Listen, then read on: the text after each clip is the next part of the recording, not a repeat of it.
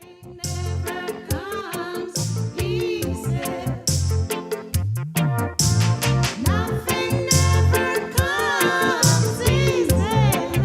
it going, lads? This is Martin here.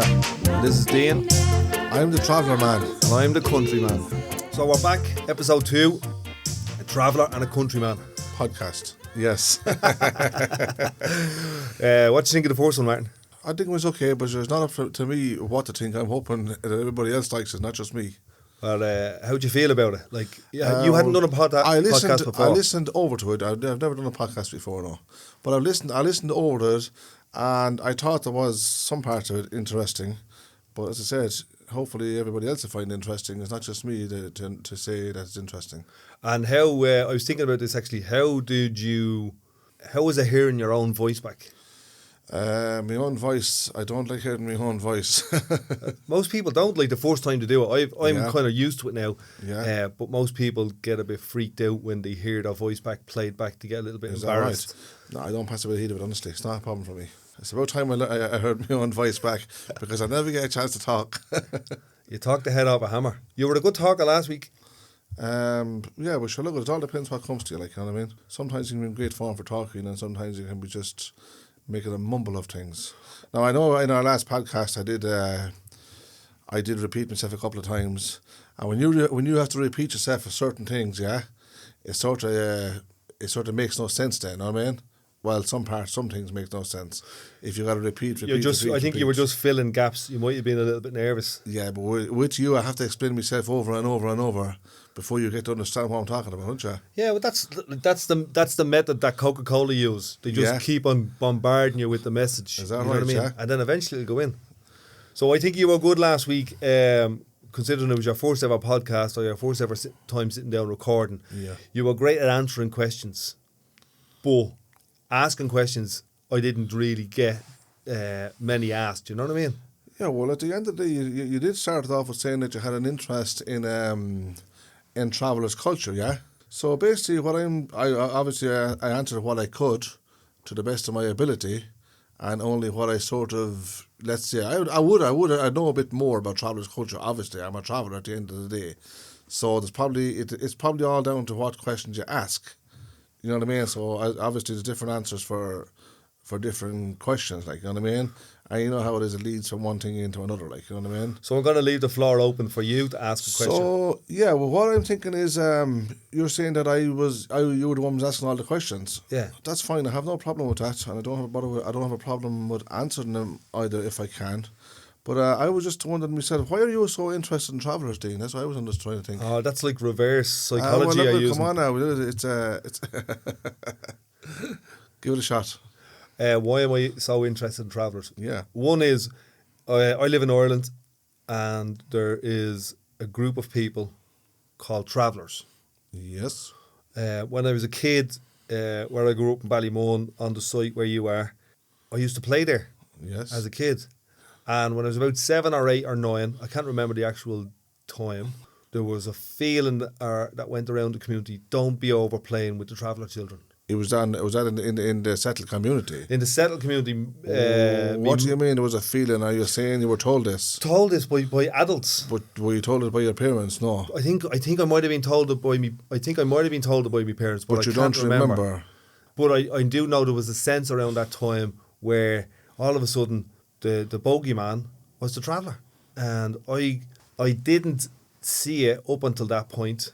But then you know the way when you're a kid and you're told something by an adult, you almost half believe it. Is it something that was going around in the area, or the people that you mixed with, or?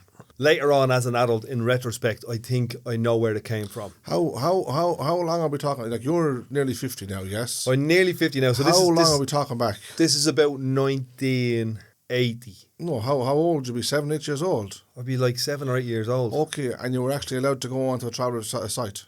Yeah, well, it wasn't a thing. It was just an extra part of the community. Or was it that you just wandered away from your home and you end up on a traveller's site? We used to just play everywhere. We'd go out.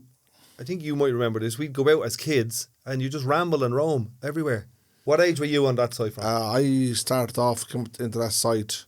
It would have been the older site. That's the third site there in the one spot, basically. So in the first time? The first time was back, I think, in 1979 when the Pope came to Ireland. We came to Dublin. So it was around that time that I was told. So we're talking like 40, I'm 50 now at the moment. We're talking 42 years ago. In say 79, yeah, it was 42 years ago, yeah. So it was around that time I was told, don't play around there. Yes. Yeah. Well, I don't know. Maybe back then it was probably different with travellers in a sense. As a young lad that age, did you have any fear in you coming onto the site where there was travellers like? No, because it was As you know, travellers had big families. You don't know that, and so there would. And have I been, came from a big family. Yeah, well, back then there would have been a lot of young lads probably at that time on the site. I'm guessing, but I'm just saying. Yeah. On the site, if every family had a big family, it means there would have been a lot of young lads on the site. So you coming onto a site full of travellers, yeah, and you're only 8, 9 years old, yeah. You're looking at a complete different experience here now, right? From the settled where you just wandered off from. Yeah, not really. Like what Well, it would have been. Here's what I remember. Yeah. I remember playing everywhere, all over Ballymun. Right. I remember part of that was on the site. Part of it was in the factories. Part of it was hanging out with diggers. Part of it was up in the flats, over in the forest. So it was just like another part of it. So they were the general things as a young lad, basically. They would be the general things. That what you'd do, you'd head out and you'd go on an adventure. You'd go up the golf course, you'd go up the traveller site, you'd go up the forest, you'd go to the school. You just mooch around. Right. So what was your experience when you come onto the traveller site? That's what I'm trying to ask you. Just hanging around and with kids. With traveller kids? Yeah. And did you ever have a problem with traveller kids, but even at that age? No. Obviously, you wouldn't understand prejudice or discrimination. We're all just kids. It's like the schoolyard. They're all just kids. So I think what happened was, around that time, Charlie Haughey had a plan. Yes. To I think he called it the final solution to the traveller problem or the traveller issue. And there was talk on the TV and radio discriminating travellers. And I think that went into the public.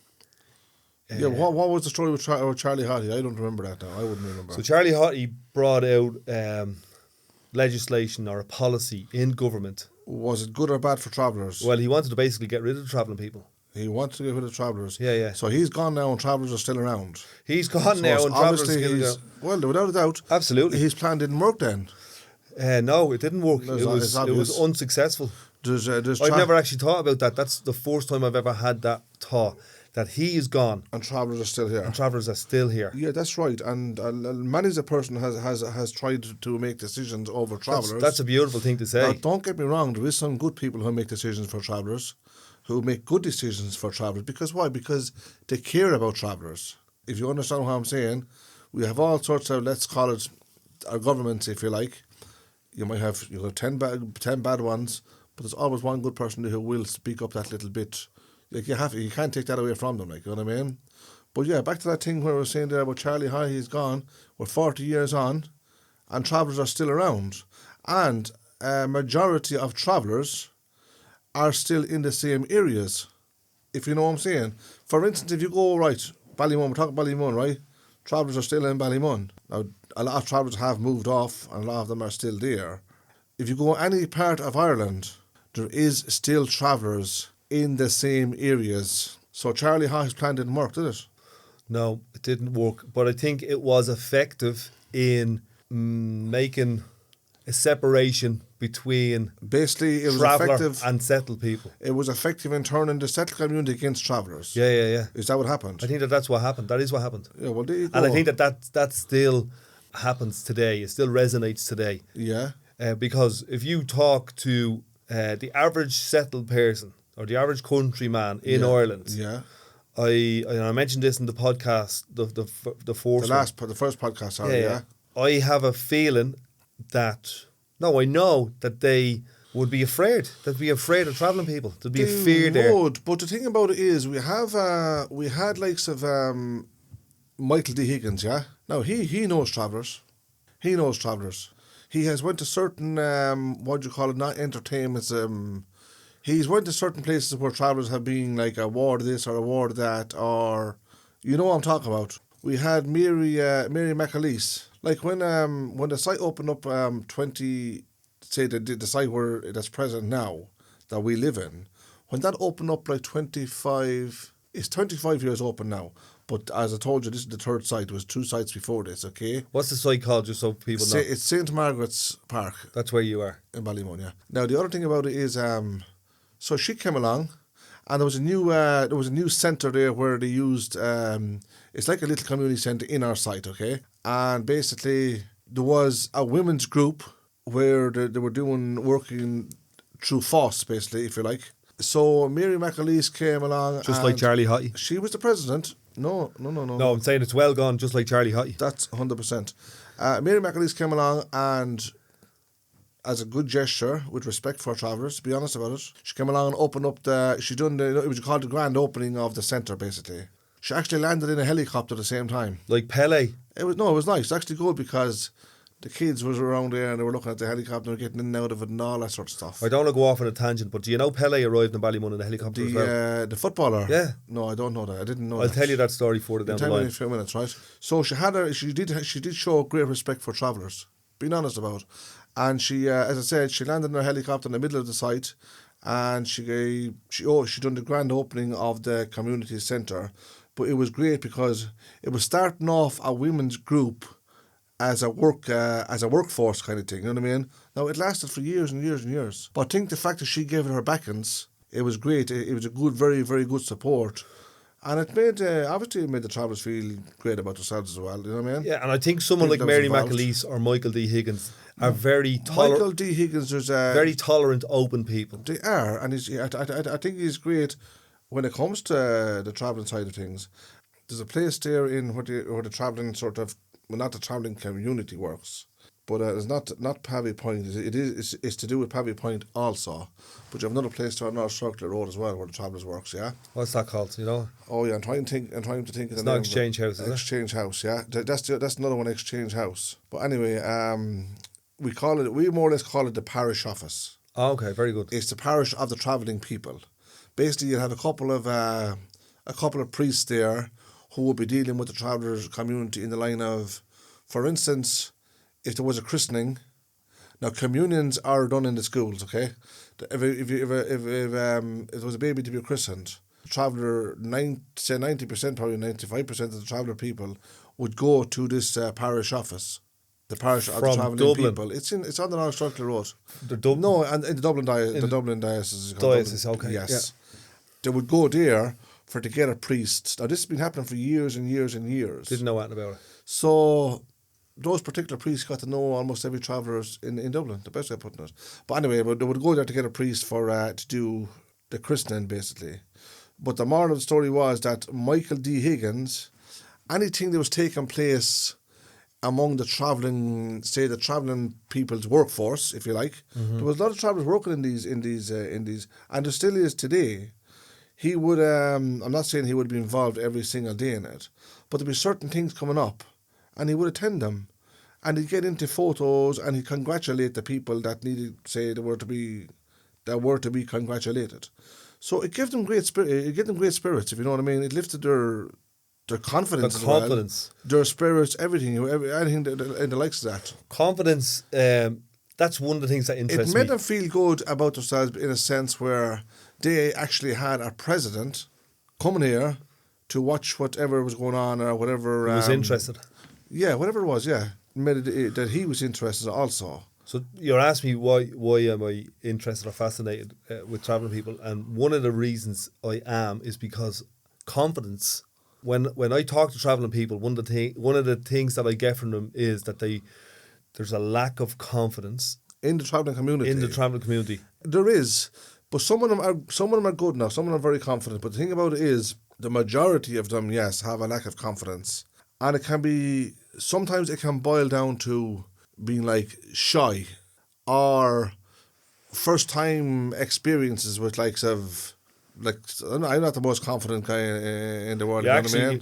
You're quite confident. I'm no. You're saying I'm confident. I'm telling you I'm not confident. I mean, in a sense where From what I see, okay. certain things you're shy about. You know what I mean? But then when you get into certain things, like conversations, and you open up about conversations, then I think that that pushes aside, and somehow your confidence builds up in these things. Yeah, but I think you, as an example, you're very open to trying new things and to challenges and to things that would help your community or your family? Well, yes, in the later years, yes. I don't know, it's to do with something with being confident as you get older, or what is it? I'm not saying I'm old. I'm just saying, does it happen as a That's person? the second time you said that. You're 50 years of age. No, I don't mean it that way. I don't mean I'm not. I honestly don't feel old. I don't think I'm old. And I'm not going to tell myself I'm old either. And this is relevant to what we're talking about now. But the thing about what I was trying to say was, I think as a person gets older, as life goes on, you get more confident about certain things. You're mellowing and maturing a bit. Well, whatever. And maybe it could be the fact that No, we're... are you? Do you feel more mature or do you feel more mellow? Yeah, of course I feel more mature. Obviously, I'm 50 years old, like, you know what I mean? Yeah. That was probably comes natural, like, you know what I mean? Yeah, as you go along, so you get more confidence about things. Mm-hmm. So therefore, you sort of feel the ability to, let's say, open up and talk more when you need to, kind of, if you know what I'm saying. Like, for instance, we were dealing a lot with Dublin City Council in the past, like, say, well, to be honest with you, in the past 10 years, yes, there's been a lot of issues with Dublin City Council and the travellers, the community where we live, basically. Because they have a lot of say about what happens on your site in terms of building and repairs and so on. What I sort of noticed was that, yeah, it's a Dublin City Council. You're a Dublin City Council tenant. That's what I was getting at. I'm a tenant paying rent, like where I live. You know what I mean? So we would have a rights to speak up. As a tenant, you have tenant rights. Yeah, that sort of stuff. Yeah. What I was saying was, anyway, when you get involved with this stuff, and you sort of call on for meetings, and you get to meet people that now I'm talking about Dublin City Council, and you get to meet them.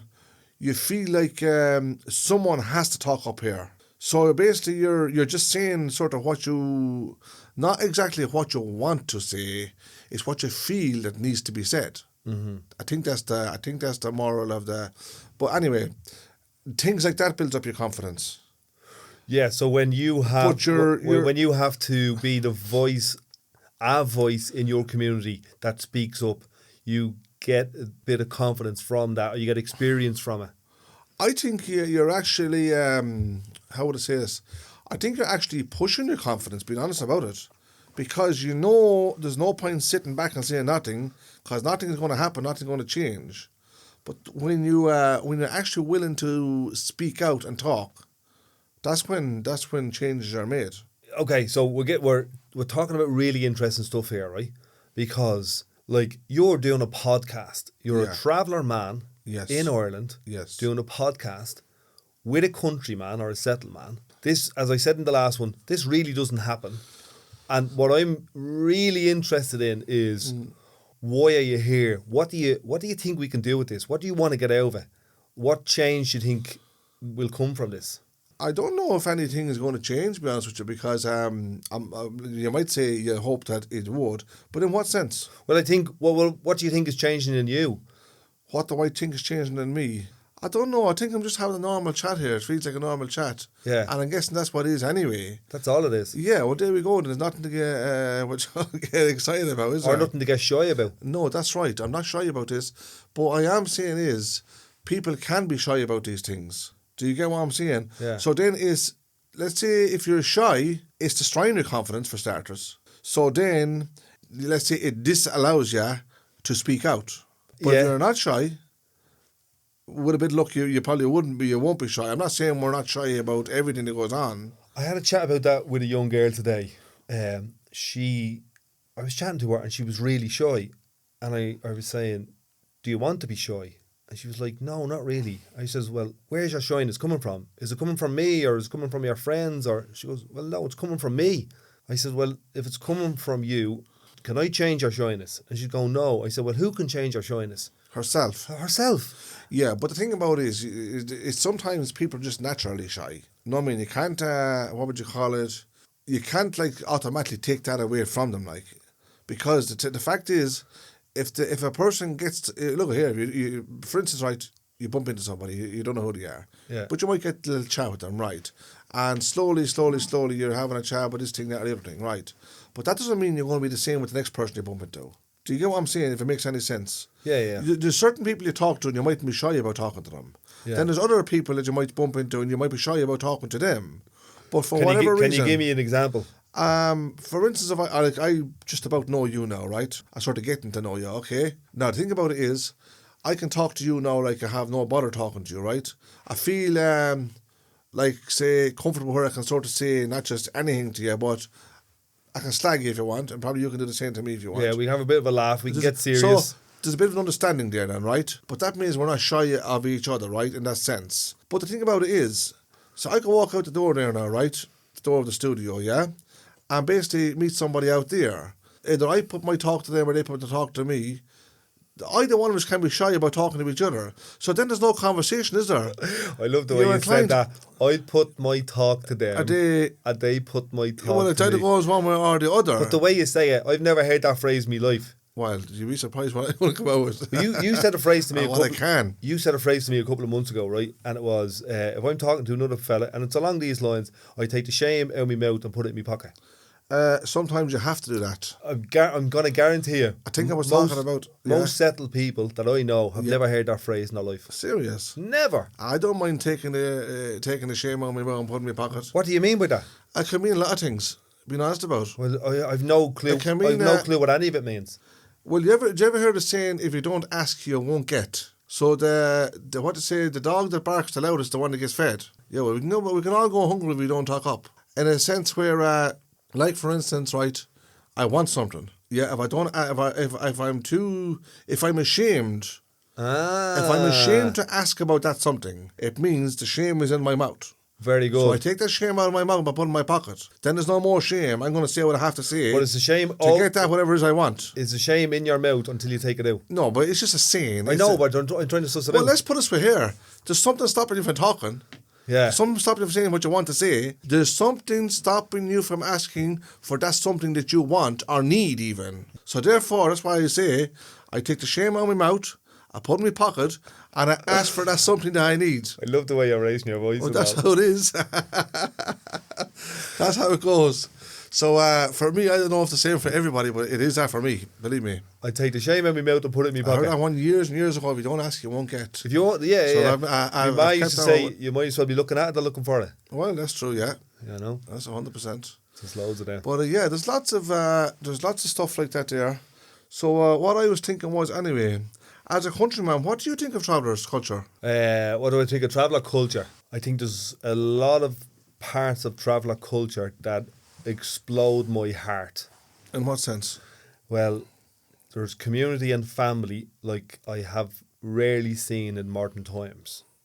Maybe not always on a halting site, but on a camp. On a camp, there's a certain like everyone is one family. It's one group of people almost. Do you know what I mean? Yeah. It's like an extended family, but the extended part is not even there. It's just like, these are all my family. So I remember being on camps and I got that feeling and I went, that's very rare these days. On camps, yeah. Yeah. On a halting site, sometimes you could have, halting site politics and bits and bobs, but you see small parts where it's well, in each bay it would be all family. You might have 10, 15, 20 people sharing 2 bays, and it's just like all family, from kids from 1 year of age to mammies up to 70, 80 years of age. Yeah. And it's there's a lovely flow to the family dynamic. Like, you do a lot of interviews with travellers, don't you? And a lot of you've done a lot of filming with travellers in different filming, music videos, documentary, in different parts of conversations. Ireland, I know travellers from different parts of Ireland. So you would know. What I'm saying is, the fact that you actually done a lot of filming, a lot of interviews with different travellers all around Ireland. Did you see any difference in the different travellers? Say, go outside Dublin now, put Dublin aside for 1 second, right? You've been all over the country with travellers, haven't you?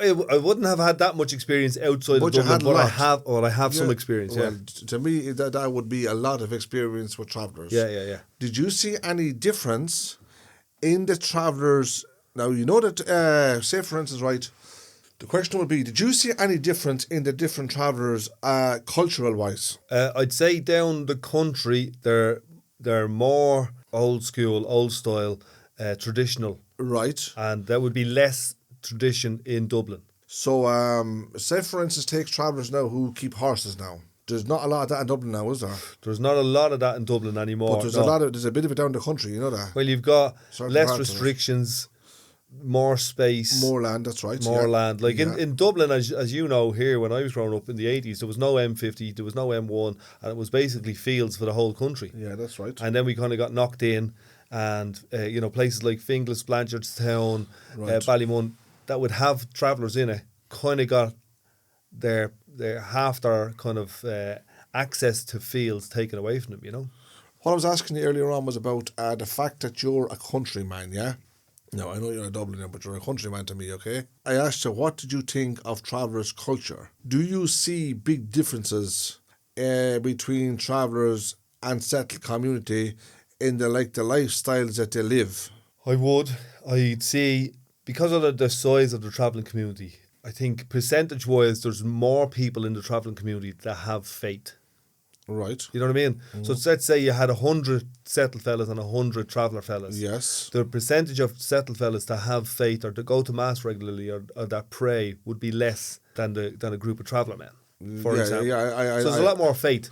Yeah, I know that for sure. Like travellers, every traveller, in my experience, every traveller has a great faith. Now, but it's not every traveller that practices it. Yeah. Or even, say, preaches it. Do you know what I'm saying? Yeah. But I do know for sure, I've never doubted travellers in their faith, because I know though that the without a doubt, they do have great belief. And I think that's one thing that's very important in the travelling community.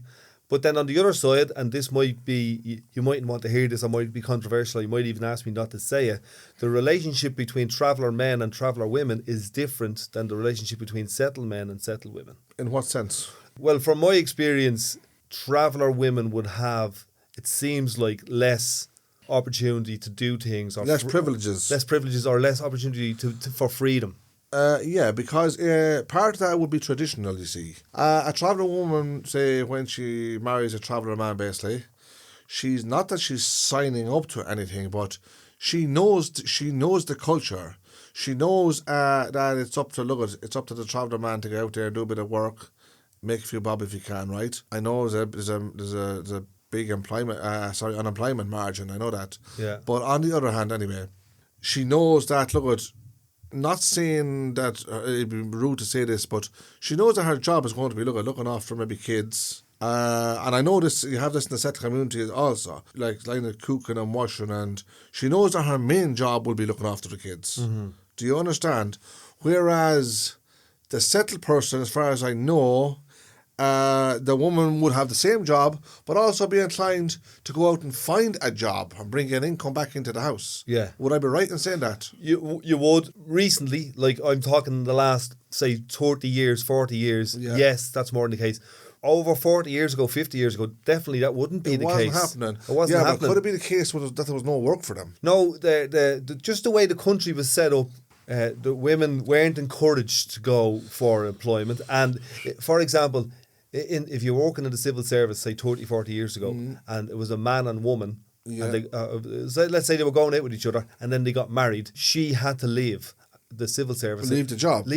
So the settled woman did. The country woman did. So that was like 40 years ago. But why did she have to leave the job? Because that was the law. It was legislation. So basically, she had to go home and, let's say, as you go along, look after kids. Tend to the duties at home and be an at-home mother or whatever. But that has changed now for absolutely. But it's only changed like 40 years ago. Yeah, that's right. And 40 years ago seems like a long, long time, but it's not. And on the other hand, that was a big thing when they brought them changes in, wasn't it?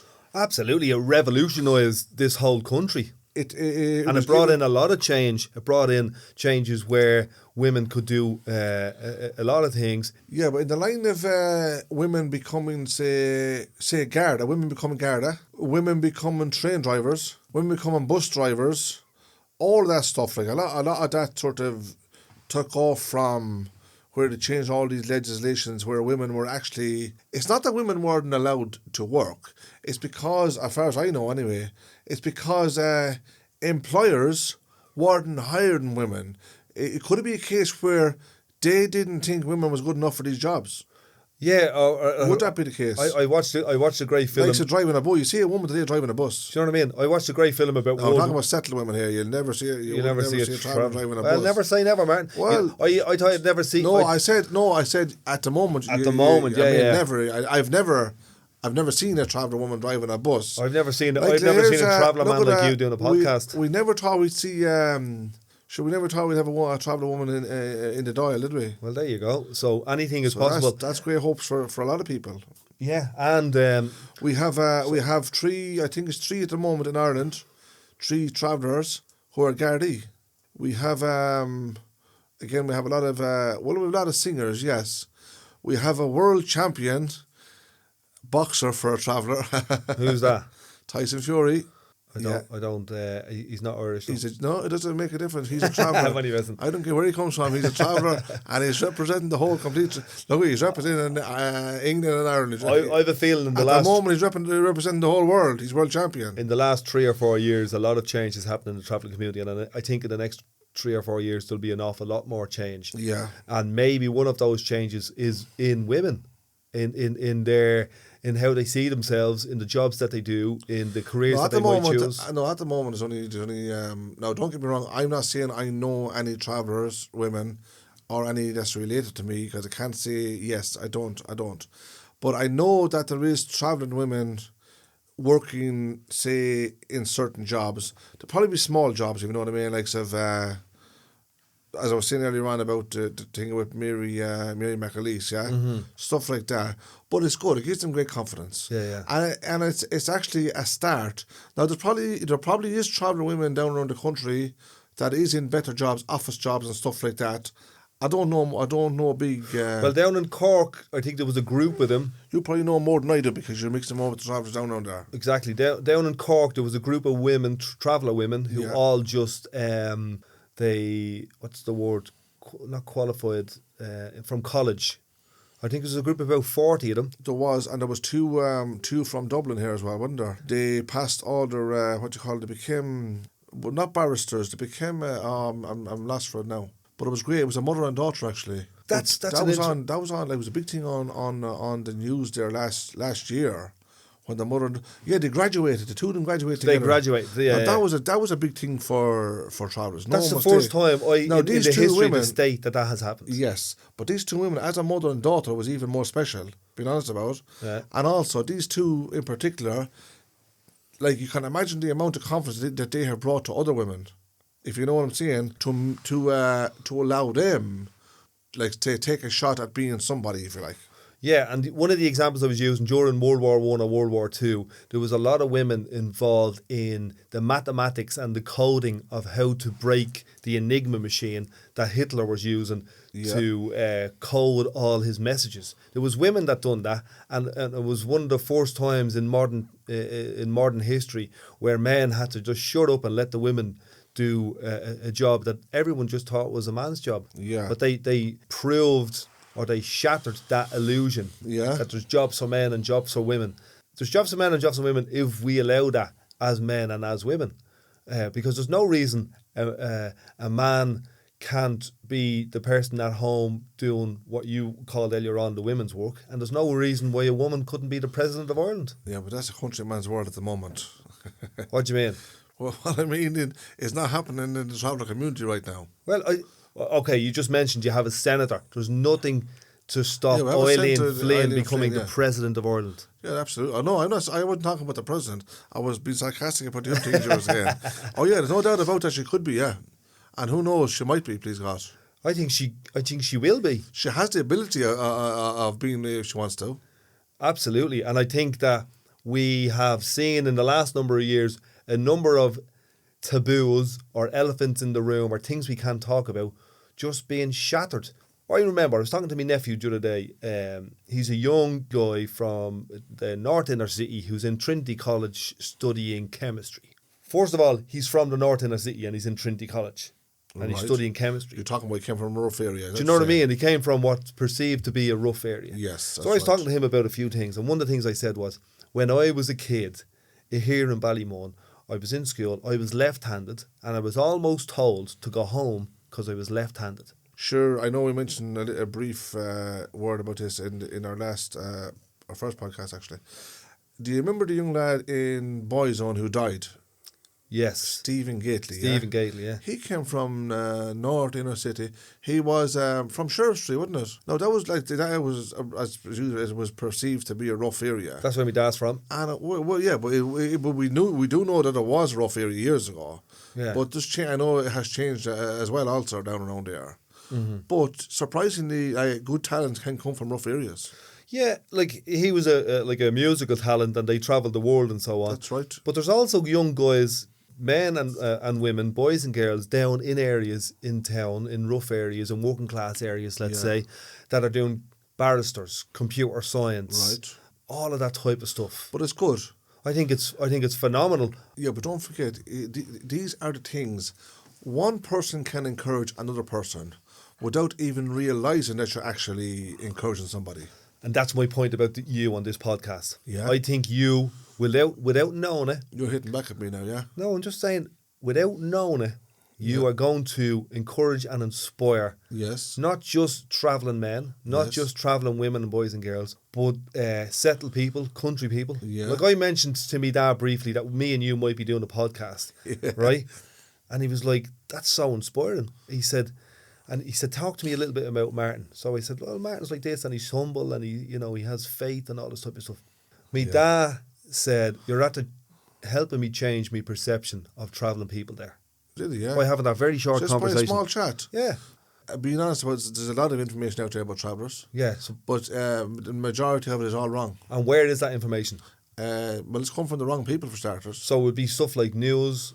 It's all negative. Papers, Negativity. radio. Yeah, the media. Yeah. Yeah, a lot of the media. Maybe not at all, but a lot of it, yes. So a 10-minute conversation I had with my dad about you. Because you got to know somebody, basically. Because I got to know somebody. He was like, that's at the helping me change my perception or my prejudice or my perspective about a whole community of people. Yeah, well, I think that boils back down to a bit of our last, when I say our last podcast, our first one, I think it boils down to a little bit of not knowing a person. Yeah. I think we brought that a little bit up as well, didn't we? Mm-hmm. Whereas if you don't know a person, it's obviously wrong to judge them for starters. But on the other hand, getting to know them, you might see the real person and the better side of them, if you know what I'm saying. Yeah, and having an opportunity to get to know them.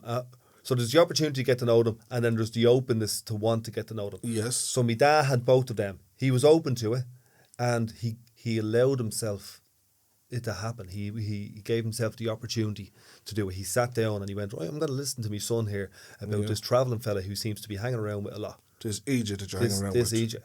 Yeah, that's right.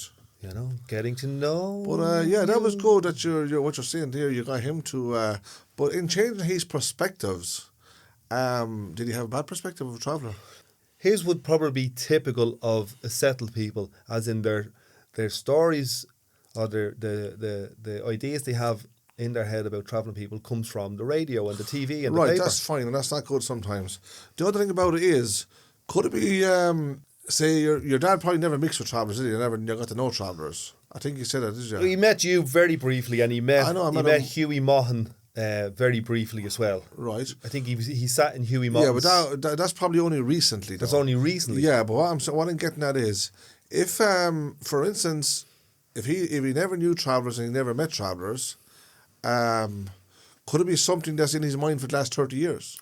Absolutely. I think it's something that's in a lot of Irish people, settled Irish people's for the minds last 30 years or more. Since about 1979, when Charles Haughey came out with this crazy idea that we're going to assimilate the travelling community. Right. You know? So basically, half of his plan worked. It worked by getting into people's minds, but it didn't work by getting rid of the travellers. So we said that earlier on, didn't we? No. And now we're here 30 years later. A traveller and a countryman. Having conversations to open up people's hearts and minds and maybe change people's perception of both countrymen and travellers. That's a two-way street. So basically what you're saying here is you have a countryman, you have a traveller sitting here in a studio having a normal, just sensible, let's say civilised chat about general things, yeah? And having the crack. And of course, why not? And if other people can listen to this and see the better side of it. Well, they would be- can see whatever they want. I tell you what, that'd be their own choices. Yeah, we understand that. But would it be a benefit to them if they could see the good side of life? I think what this It'd be will a benefit to everybody, I think. what this will do is it'll just provide a different story, you know, because let's say, for example, the black man I was, told in the 70s, the black man, and we all have to be afraid of the black man until you go and meet the black man. Black man, yeah. Do you know what I mean? Yeah. And then all of a sudden you go, what was all the stories about the scary black man for? One of a very good friend of mine is a black man. Yeah. He's a priest. He's a bishop now in Nigeria. And I do be in regular contact with him. But he's a black man. How'd you chat with him? Through WhatsApp. and Traveller man getting the technology. Through WhatsApp, yeah. That's great. And that time through the phone we'll have a conversation, like. But it's a fact that he's a bishop. He's the bishop of Lagos in Nigeria. Big place. Absolutely, it's And a monster of a place. He's one of my best friends. I know him I've known 25 years now. Wow. So, and how did you happen upon him? He actually came back to Ireland studying back in 96, 97. He left in 98. Yeah, 25 years ago now. And he came back here studying, yeah. So, of course, he used to do mass in the area where we lived, yeah. Got chatting and talking to them now, man. Then I started sort of mixing around. And then, say, we went to Lough Derg, which is a pilgrimage site. In Donegal. That's a long, long time ago now. Then he was studying back here for 2 years actually, but he was a very, very nice priest. But one time he experienced a bit of racism in Dublin, believe it or not. I'll tell you how it happened if you want to hear about it. Yeah, go on. He went into a supermarket. I'm not going to mention the supermarket, it wouldn't be fair. One of the managers in the supermarket asked him to leave, and he wouldn't give him a reason or an excuse of one to another. It was very, very embarrassing, but I wasn't there. When was this, like recently, 20 years ago or whatever? It's 25 years 25 years ago. 25 years ago. And that is recently. That's not a long time ago. No, You absolutely. Yeah, it's not a Like, long time ago. We're not talking back in the 50s or the 60s. If you understand, if you know what I'm talking about. Yeah. Americans. A lot, as we said earlier on, a lot of things in the last 30 years in this country has changed, including the treatment or the perception or the prejudice of black people. Yeah, but let me tell you something anyway. Go on. He was upset about it, no doubt. But he didn't use it against anybody, like, if you know what I'm saying. Mm-hmm. And he wasn't looking for the sympathy card here. Because I'll tell you why. The amount of people in the church were all white people, all settled community. No, they weren't all settled community. There was a minority of travellers there also.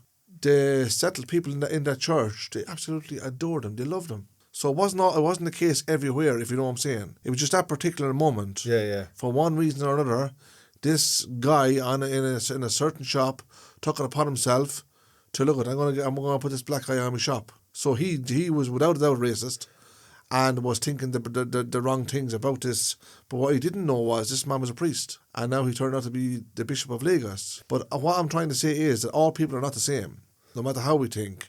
So there is some great people in the settled community also. It's not just if a traveller or anybody or a black man is being racist against or discriminated against. Like, you ever heard the word saying, I know we're going into some different thing here now, right?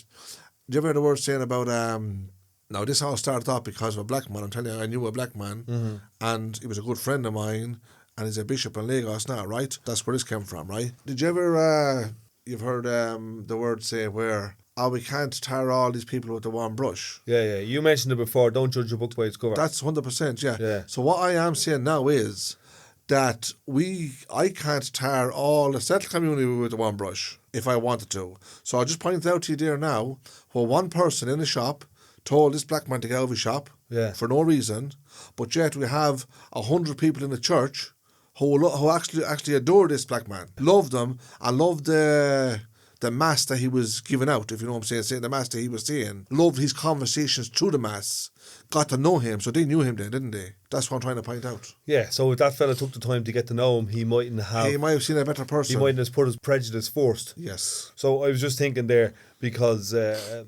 you're a man of faith, a man of God, and forgive them what's that one? Forgive them for they know not what they do. You know what I mean? So I think that's interesting. Like. No, you have to forgive people because you can't always take a person, even if they make mistakes. There's nobody perfect in this world. We all know that. Even me, even I'm not perfect. No, what I'm saying is... You're the only one. No, I was saying even I'm not perfect. We're all infallible. Is that the word? No, what I'm saying is here, right? Basically, the fact that we're all not perfect, right? You just can't take a person and say, he's this, he's that, he's the other, in a negative way. Sometimes you have to look for the good in people. You do know that. Yeah. You can't just... I love the way you say instance, that. You couldn't ask me, you tell me what I'm going to think by asking me. You do know that. No, what I'm trying to say here is, right, we have Dean here, yeah? Dean makes a mistake and he says something wrong or he does something wrong, yeah? Does that make Dean the worst person in this world? Does it make him a bad person? No, it doesn't. Because why? Because he made a mistake. But the fact that he made a mistake is because he's not perfect. If he was perfect, he wouldn't make mistakes. Yeah. So we all make mistakes, which means we are all not perfect. But sometimes we pretend. So that's where we have to look for the good side of stuff. So sometimes we pretend, we play a game where we pretend we're perfect. No, we don't pretend to be perfect. We try to be perfect. Yeah, I don't know. Pretending is not good because I'll tell you why. You can fool some people some of the times, but you can't fool all of the people all of the time. So pretending is no good. I can smell a T-shirt coming up here now. Whatever. Pretending is no good. Yeah. Do you get what I'm saying? So therefore... But we do pretend. We do play a game where we pretend. I'm going to give an example of that. I know some traveller lads who put a face on or a mask on, right, where they pretend... to be aggressive, let's say. Right. If you pretend to be perfect, you're going to fail. I'm not talking about pretending to be perfect. I'm talking about pretending to be... We weren't talking about perfect. Pretending to be aggressive. We were talking about perfect. It's all boiling back to the one thing, right? Okay, yeah. If you pretend to be perfect, pretend you're going to fail. If you try to be perfect, then you can progress. You can only get better. Does that make sense? So therefore, forget about... Hold on, if you try... You lost me there. If you try to be perfect... If you pretend to be perfect, you're going to fail. Do you just raise your voice at me again? No, I am. When I need to raise my voice, I'll raise it. Is that how you prove your point? No, it's not. I said if you pretend to be perfect, you're going to fail, without a doubt. If you try to be perfect, you're going to progress. You can only get better. Try to be perfect. But at the same time... We're never going to be perfect. God loves a trier. Yeah, he loves a trier. Yeah, I get it now. But we're never going to be perfect. No. Nobody is. We can aspire to be better. Doesn't matter if you're the richest and wisest man in the country. There's something there that makes you not perfect. There's one thing in between all of that makes you not perfect. It's as simple as that. I don't care how perfect we think we are. There's a little weakness somewhere there, or there's a bit of a failure there somewhere. We mightn't show it all the time, but there is, without a doubt. So any half... A smart, wise person would know that. we're only fooling ourselves if we think we're perfect. If I thought I was perfect, I wouldn't be getting shouted every minute of the day. You wouldn't be what? I wouldn't be getting read for it all day long. Getting give out to, is it? But that's the crack with the perfectness there, Dean, and that sort of stuff there. But travellers, countryman, different cultures. There's a lot of things to talk about. There is a lot of differences, being honest, but the fact is, we're all come from the one place and we're all going to the one place. Hopefully. Going home. Going home. You ever heard that one, yeah?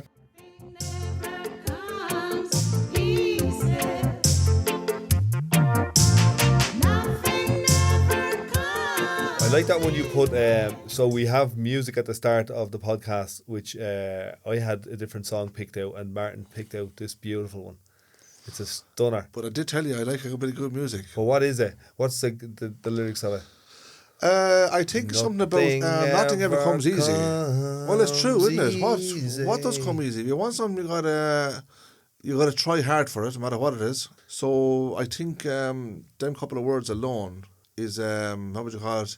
Inspiring, if you want to put. Yeah, it kind of shows you. Yeah, you have to kind of lean into stuff. The fact that I like the music more than the what? The actual meaning of the words. Oh, you like the groove and the vibe. The music is nice, and of course the singer herself is good. We'll have to send her an old message to say, is there any chance we could use this? Actually, yeah, she probably won't. If she's still around, is what I'd like to know. What's her name? Joyce Bond. She's a good singer. Joyce Bond, check her out. Now back again. It's over what? I'll tell you how long since I first heard her. It was about 31 years ago. Where did you hear pick her The up? one in England actually.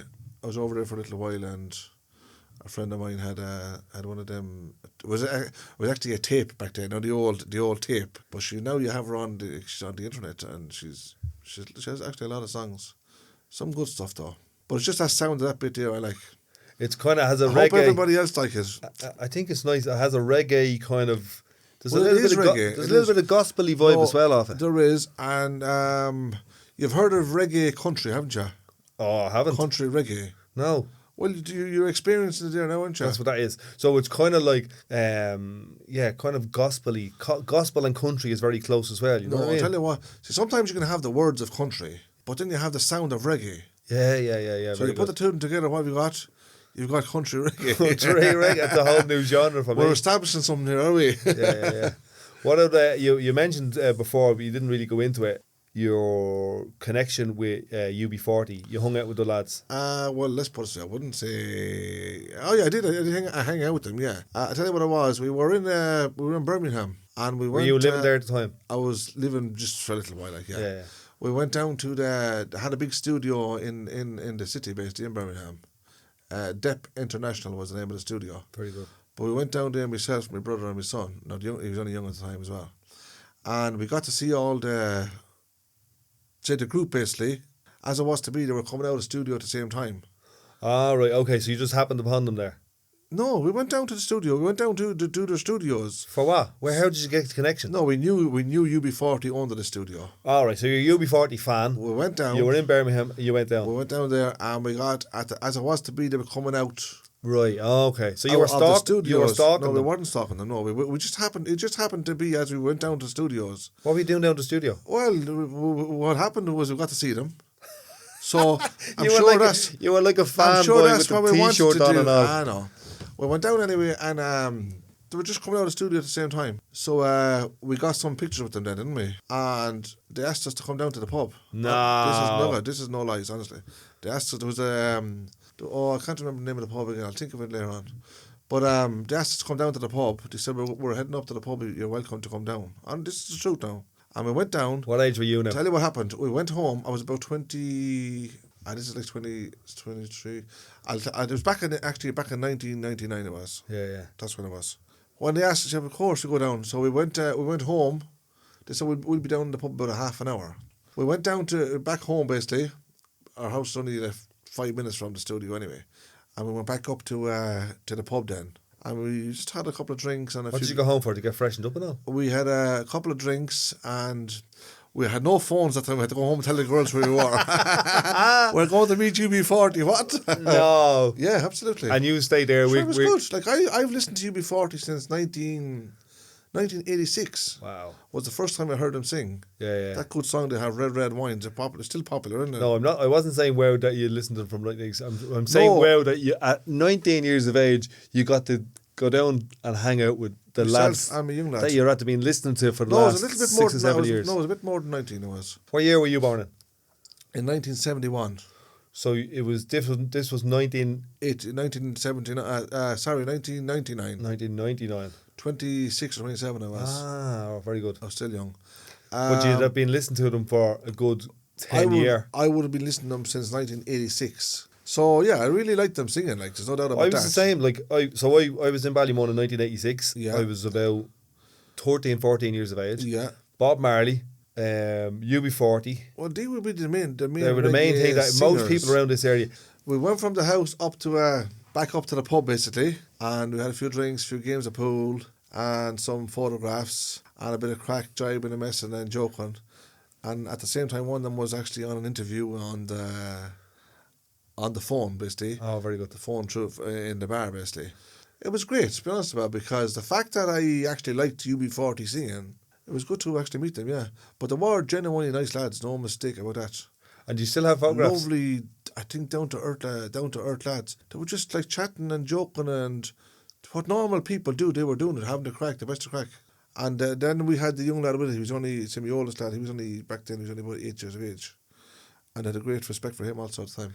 Well, as a kid, like, you know what I mean? And you still have photographs? I still have all the photographs, No. yeah. Sure, why would I? What do you want me to do? Take photographs? We'll have to set... If we get... What do you want me to do? Take photographs and dump them, is it? I'm not into that habit. People done that. People used to have photograph albums and then they'd have them for 20 years and then they go, get rid of them photographs. No, I'll tell you what a lot of people might do with photographs is... If it's coming to, if it's family photographs, like say, my mother now, she'd have a lot of old photographs, a lot of stuff. Today, it's all done by the phone, and it's just snap, and no one ever gets to see them. No one's even looking at them. People No, do I'll tell you videos what and happens. all. They'll get sent around the WhatsApps, all right, but that's it. Other than that, there's nobody printing up photos. Unless there's like a 24th or something like that. So you might be you could be in 100 photos, well, here, you could be in 50 photos in a year, and you mightn't see one of them. So where's all these photos gone to, like, you know what I mean? But yeah, the old school, like say my mother now and her generation, basically, what they would have done, they would have, any photos that was ever took with the old cameras, they would have always got them printed up. And put in the book. So they'd have more stuff today than any of the young people would have. As, you know what I'm saying? What they would do then also is, say if they were sorting out photos now, say and a photo pops up of a certain person here or a certain person there, they'd nearly send them give them to them people so that they can have them themselves as... I wouldn't call them souvenirs, like, but... No, but that's what my dad would do with his as a sister, memory, for like. example. My dad's sister, she lives in Coolock, and my dad would... Occasionally, she sends pictures over. Here's something from the 50s or the 70s. Yeah, that kind of thing. And everyone's around looking at it. It's great. Yes, that's what I'm saying. What I was going to say there was, when we set up... I don't want to use a foreign language now, but you know what Instagram is? Instagram. Yeah. No, I don't use Instagram. Okay, no. so to promote... I know what WhatsApp is. To promote this podcast, we're going to set up a thing called Instagram. Yes. And we're going to put some of the pictures of you and UB40 on it, if you're into it. I have no problem with that, yeah. And we can because people are going to be listening back to this going, oh, I'd love to see that old photograph. We'll tease them. The old photographs of UB40. Of you and I UB40. have them, yeah. I have them, yeah. We might stick up one or Myself, two. I'll say And me- you when you had a big shocking load of hair. That's right, I did have a lot of hair at the time, believe it or not. I have a nice trimmed down crew cut now, wouldn't it? Martin had Crew the... cut. What was the crew cut? I had Number the privilege 5. of seeing Martin getting his hair cut Number last 5 week. and 1 the sides. I had the privilege of seeing Martin getting his haircut last week. Okay, now when you see this fella, you're gonna go, "Oh my God, he's a good looker," but he's fighting back the ears a little bit. You know what I mean? Is that right, Dean? So we're gonna stick up a nice picture. Actually, talking about pictures, you might already know Martin because his face was all over the bus shelters. I was sleeping in them, was I? You were sleeping during the census. We shot some of the video for the census for this year in Ballymun with Martin and a few other people. So Martin and his family are a travelling family in the posters and the promotion and the video for their census, because I think it's about time that we realise that the travelling people outlived Charlie Haughey. Well, yeah. And my grandson with the hat. Is he with the hat? The grandson with the hat chap, on. isn't he? So if you're seeing a little cute traveller boy on With a the couple of census freckles ad, there. yeah, he's a beauty. He stole the show, actually. He's good, wasn't he?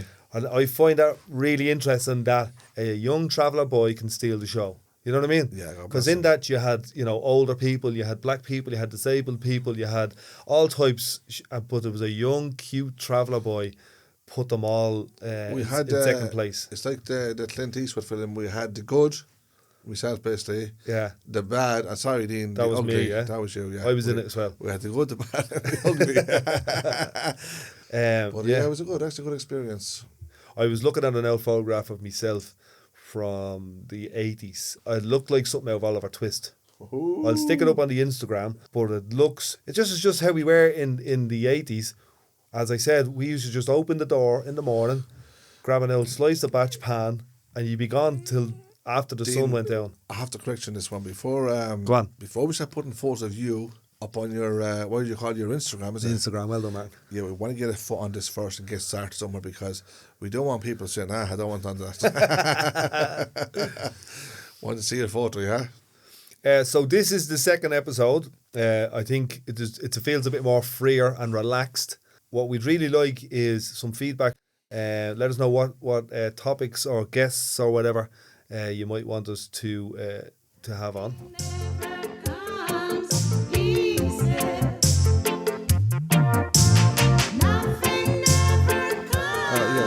When did you actually first get to know travellers? Would it be 20 years ago? I know you said about you were hanging around travellers, you were 8 years old, And look, the reality is you're still only a baby, put it that way. But say, in the last, say, that when you're an adult now, say, in the last 20, 15 years, did you really get to know travellers? So I was working up in Finglas with some young lads up in Villa Park and Dunsink. Yes. And I kind of got to know them really well and had the crack at the start when I was hanging out with them. How long ago was that? I'd say that was, say, 15 years ago. Right. When I was hanging out with them. Would this be when you became a community worker? Like? Yeah. We actually met one of them when we done the protest on the depot, which we might talk about next week. We should talk about the protest. That was actually very interesting. Yeah, we might chat about that a bit more. Too bad we had the protest as well when I do think of it. Huh? But there was one of the fellas I met there, and I hadn't seen him in about 5 years. But instantly, he knew who I was, I knew who he was, and we connected. Right. And I find that really powerful. Well, he remembered you from. He remembered me from where he lived, and I remembered him from being a young traveller up in, I think it was Dunsink he was living in at the time. Right. But straight away, we just looked at each other and went, I know him, he knows me, everybody relax. Yeah, that was, you know what I mean? And he didn't beat you up, Rand, no. I'm a big enough fella. No, I'm joking. So that's, from about that time, about 15 years ago. Where you really got to know travellers. I really got to know travellers, hang out with them, understand them, beyond... So tell me something, is it your... Sorry, go ahead. Beyond, because I find the initial thing with travellers is, especially with traveller men, is that they're on the back foot, jabbing. Beyond that little mask that they might wear, there was a deeper connection, a deeper conversation to be had, and these lads allowed me in because I allowed them in. Well, that's good. Do you know how your your work takes you a lot of places? Yeah. And as I said earlier on, all these interviews and this music stuff you're into and all the television work that you're into, yeah? I know you do a lot of it with Settle Community, but you also do a lot of that with travellers, is that right? Yeah, I done one TV show specifically with a young traveller fella who wanted to become a comedian. So that was really interesting. That would have been interesting, yeah. Go on, what were you saying? I was going to say how did you actually find travellers in the line of education, intelligence, or say their understandings to these projects? I'd say they'd have more wisdom than education. Right. You know what I mean? Well, yeah, education wouldn't have been a great... It would have been a very big thing in the travelling community anyway. We would have learned to read and write all right, that sort of stuff. But there's wisdom. I'd say that there's a shyness or a lack of confidence, and there's a bit of defensiveness. So when I say there's a bit of defensiveness, I mentioned that a second ago, especially if I meet traveller men, they're kind of on the back foot, jabbing. They're kind of defending something with it, you know what I mean? Straight away. Yeah, Dean, I don't mind having a chat with you, as I said, about this. I don't want you repeating the one word all the time, right? You sound like fight there with the back foot and jab. There's kind of how am I going to say? Are you saying that they actually open up when they're talking to you? They'd open up and talking to you, but the very first time would be chest out and they'd be fists up. Are you serious? Yeah. The very first time we met, Martin. Yeah. You had your fist up. I said, "Didn't calm down." I said, "No need for this." Do you want to talk about it for a minute? Was the first time I met you? I said to you, "What was it?" We were planning the protest. Is that right? We were planning the protest. Let's talk about the protest actually now. And you came along. No, we won't because it's going to take too long. It's a big. Let's give it 5 minutes. When the first time I ever met you, right? I asked you. I said, obviously I didn't meet you before, so I didn't know what the crack was. Yeah. And I said, "What's this big-headed?" Whatever. Right? You were saying this to yourself. I'm only joking. Yeah, I was saying to myself. No, I'll tell you what it was. I asked you. I said, "What's in this for you?" Is that right? Because the reason I asked you what's in this for you is right because we were having a protest. We were doing this travellers ourselves, basically. We didn't have no backings behind us. We decided, look, we're going to do this. It was to do with that big depot. We'll talk about the depot next week again. Is that fair enough? Fair enough. Because it's a long story also. So we were going to give it a go ourselves. But we done it because we had no choice to do it. Yeah. Because no one was listening to us. So along comes Dean, and automatically I thought, well, look, I haven't seen you around here before. You're telling me you're a big part of the community. Mm. Now, I did, in the end, you told me then afterwards that you are working with traveller lads. Mm. It's just in my time, I never seen you. I was an angry person at the time. Being honest about it, I was, because the way people and things are being treated where we live. and all down to Dublin City Council again. A lot of ignorance. So that was the reason I said to you, what's in it for you? Why would you come here? I was actually surprised, to be honest about it. You know that now anyway. I was saying, why would you come here wanting to stand up for a traveller or travellers? Or with a traveller. With travellers, not just me. And having, say, and nothing being in it for you. So that's why I asked that question. What's in it for you? What did I say was in it for me? You said there's nothing in it for me. I have loads of money. I have a house in Malahide. I actually said what's in it for Community, me you said. is community. You said what's in it. I remember you saying what's in it for me love. is community. So that was the thing that probably struck me, was when you said it's community. Yeah. So you were saying but it was still a bit awkward, because you were saying, look, we are the community. Basically, ourselves as travellers and you as a countryman coming onto the site. Of course, I think I did have the right. I think it was in my rights at the time to ask the question. I might have been a bit ignorant, but at the same time, that's how I felt. So what I done was, what? You backed us up. You backed us up on it on the protest. You explained, of course, why you were there and that you wanted to be there. And yeah, you done in the end, you done great work, because a lot of good things have come out of it now on the fact that we done that protest. But we needed guidance. We did need the guidance, but there was no one to turn to for that. In the line of us setting up a protest, it was very, very easy to get into trouble doing that, especially with the Gardaí, you know what I mean? So the fact that you done this previously, I didn't know about it, but you told me when we got to know each other. You told me that you were, say, you done a protest down somewhere in Apollo House, is that right? Mm-hmm.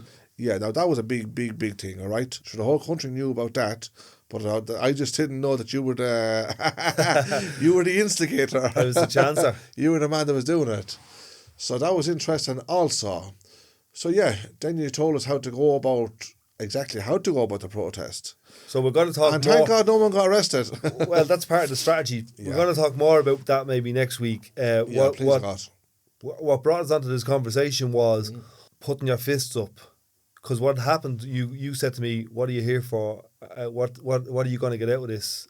And I said, I'm just here for community. Yeah, that was good, yeah. And I took my money out of my pocket and my phone out of my pocket and put it on the ground. And when you looked, it was gone. And put my fist up and said, said, traveller site, didn't you? do you want to have a knock? Do you want to have a knock? We'll knock you here on this site. Whoa, go on, Dean. In front of your friends and family. Yeah, but that wasn't happening, Dean. I tell you one thing, I don't think you seen an angry man that day, did you then? Because I'm passionate about what I do. Yeah. And I think if you can see... It was actually very interesting, being honest about it. Yeah, if you can see past your initial perception of me. And then I get to know Dean, and now I get to say I'm sick of looking at Dean.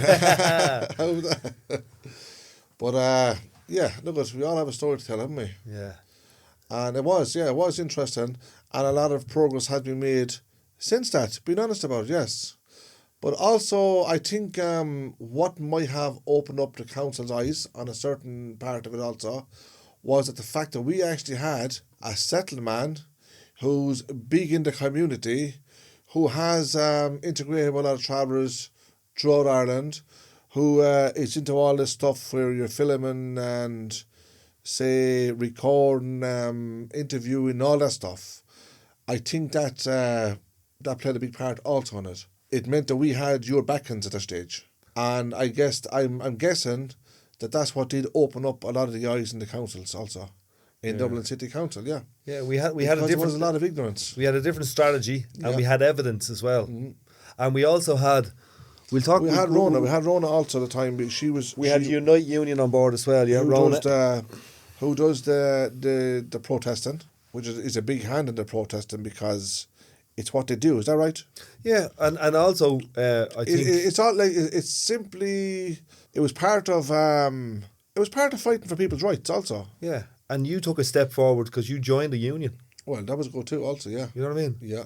And I don't know how many other travelling people in the history of this state have ever joined the union. No. You know? But as I said, it's all forward from there, isn't it? Yeah. And there has been a lot of progress. And there is still progress getting made, even up to today, which is good. But it took a lot of force. It did take a bit of fighting.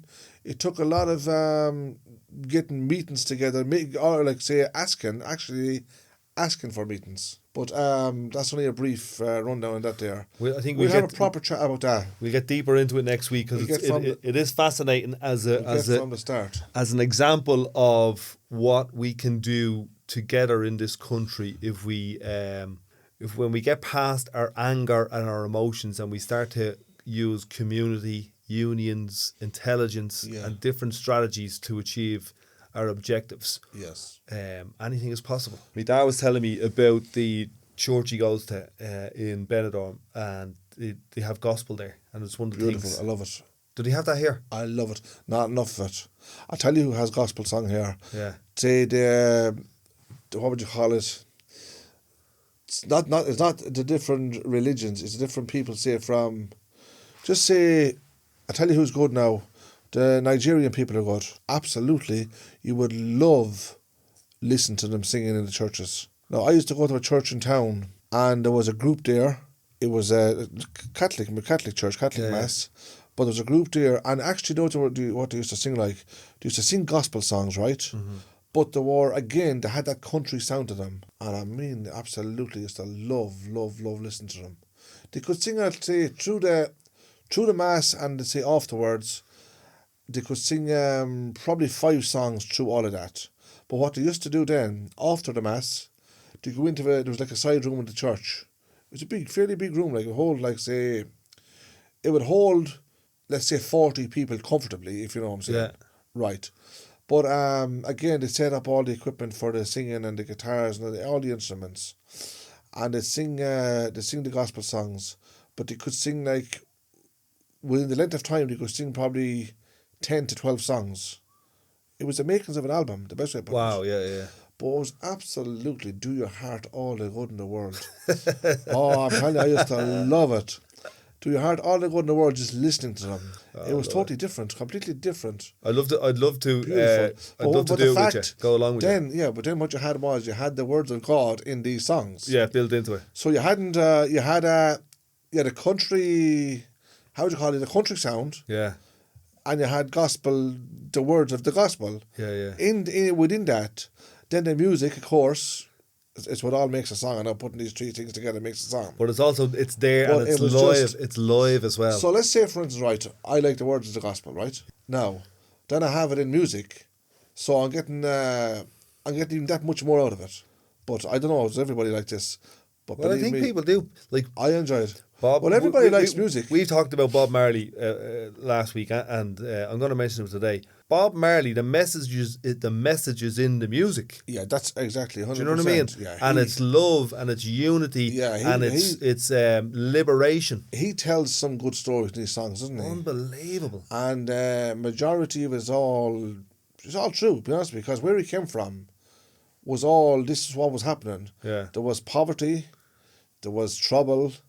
There was everything that could be wrong, there was there. There was drugs, there was racism. Yeah. There was oppression, there was slavery, there was manipulation. Yeah, so he put all that into songs. Do you know he played here? In Dublin, yeah, that's Dublin, right. Yeah. In Dalymount Park. That's right. I think it was 1979. Yeah. I actually watched a documentary in there about 9-10 months ago. Very, very interesting. So Bob Marley says, heaven is on earth. That's right. One of the messages I got from it. Yeah. Heaven is on earth. Yeah. Some of his songs, the story with some of his songs is that he sings them fast. Yeah. So you have to listen carefully. Over and over again. Because if you don't, you'll miss out a lot of good words. Yeah. And a lot of good, let's say, good sayings, good explanations in his songs. And you can miss out a lot of that if you're not listening carefully to them. Yeah. You can hear it, that doesn't mean you listen. We listen to the plain songs, all right. Yeah. And it's very easy to enjoy the music side of it, the instrumental side of it. Do you know what I mean? Yeah. But when you listen to the words, there's a lot to be told. There's actually a lot to be learned from it. Because look, like everybody else, they had a culture also. Do you know what I mean? So they're expressing their story, and he expressed it through songs, which is brilliant, absolutely brilliant. There's a fascinating relationship between Irish people and Caribbeans, Jamaicans, people from Montserrat and so on. Yes. That we might explore in another episode down the line, because there's people in Montserrat in places in Montserrat called Kerry and all this, old black men that have Kerry accents. Yeah, that's right. Yeah, that's fascinating. You know that Lithuanians, you know that they've picked up the Irish, or genuinely original Irish language. Not Irish in Irish, English words, if you know what I'm saying. Right. But you would literally think that they were Irish people.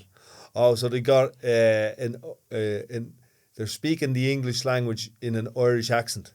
Yeah, the accent. Yeah, like the a accent, Dublin yeah. accent or whatever. Yeah, they picked up they've picked up the. I know a few lads that are actually mechanics, yeah, and they're from Croatia, and they've picked up the Dublin accent. Yeah. You probably came across yeah, fellas yeah, like I've that. heard a few of them, yeah. But I know one or two. I don't know them actually.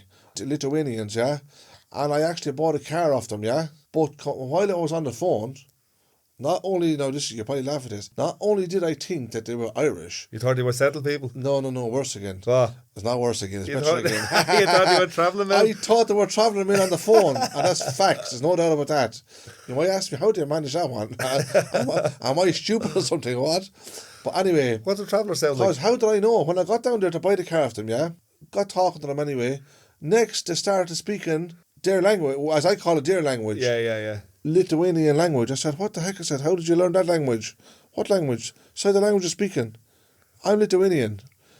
And they were actually genuine facts. I thought they were travellers on the phone. Beautiful. Without a doubt. Now that sounds a bit silly, I know that. No, that's deadly. But that was my experience and I can't help that.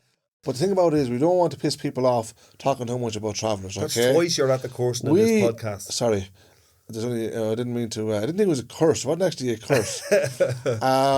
Excuse the language. Let's not give them too much. Is that what you're saying? No, what I'm saying is, they probably don't want to talk too much about travellers. Yeah. Let's talk about the countryman for a change for a while. Absolutely. Next week we'll talk about the countryman. So that's all. We'll mix it.